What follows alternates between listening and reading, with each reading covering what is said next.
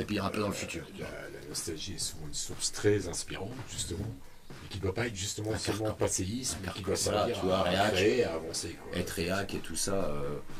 Non, puis bien sûr, ça pourrait peut-être passer comme réactionnaire le fait que, tu vois, je dis, bah, ouais, j'aime bien les techniques d'enregistrement d'avant, comment ils faisaient, tout ça. Ouais, c'est juste, mais il n'y a pas que moi qui fait ça. Ça a toujours été. Ça a toujours été. Et moi, je vais le marquer un petit peu. Et c'est vrai qu'on me dit, ah Baptiste, il y a toujours des trucs dans le son. Enfin, quand je suis interviewé, je sais pas, les confrères Radio Bouton. Radio Bouton, je peux le citer.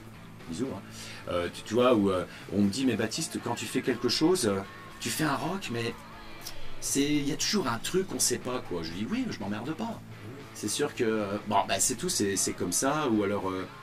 C'est pour ça qu'on te le dit, en fait. Oui, il y a comme un ovni, quoi. Il y a toujours quelque chose, on se dit... je peux le rattacher à quelque chose, mais je peux pas vraiment le rattacher à quelque chose.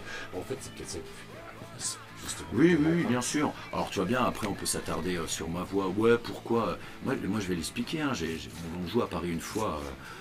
On joue à Paris dans un super club. Là, c'était blindé. On joue en première partie d'un groupe anglais là, qui était vraiment pop, mais un peu des choses dans le son et tout ça. Ça va. On a fait la première partie, c'était super cool. Et à la fin, bon, on fait d'autres trucs et tout. C'était bien chaud, bien bu et tout ça pendant le concert. Et puis je sors, j'étais en sueur, enfin bref, à fond, comme d'hab. Je vois deux mecs qui se bidonnent, qui font viens voir. Et je vois que c'est un anglais, je vois qu'ils parlent comme viens voir. Des mecs, ils étaient écossais, il y en avait un écossais, un anglais. Ils disaient putain, mais rien que le nom du groupe, ils étaient morts de rire. Dis, qu'est-ce que tu dis? Bah, je sais pas. Ah putain, tu nous as fait rire quand t'as dit ça, Je n'ai pas. L'anglais, c'est pas ma langue maternelle. Moi, j'ai toujours fait dans mes paroles un anglais très scandé, très dit, c'est-à-dire limite le langage. Papa, maman, pipi, enfin tu vois. En fait, je m'imagine peut-être quelqu'un qui est dans la rue, qui a envie de scander quelque chose.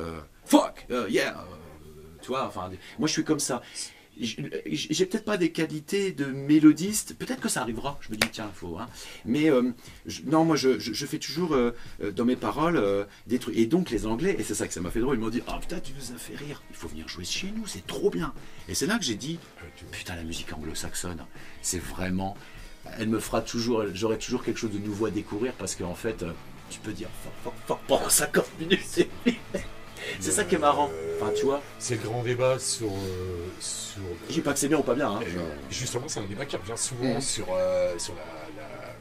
cette notion-là de la musicalité de la langue associée à la musique. D'où l'autre travail que j'ai pu demander à d'autres musiciens parfois sur la différence totale d'écrire en français, justement. Oui, bien sûr. Donc, et c'est ça qui me faisait remonter souvent, dire, mais en anglais, tu peux tourner effectivement sur un morceau de 20 minutes, avec un gimmick qui revient... fuck le système et tout ça. Mais en français, c'est déjà beaucoup plus dur, ça. Tu fais bien... Tiens...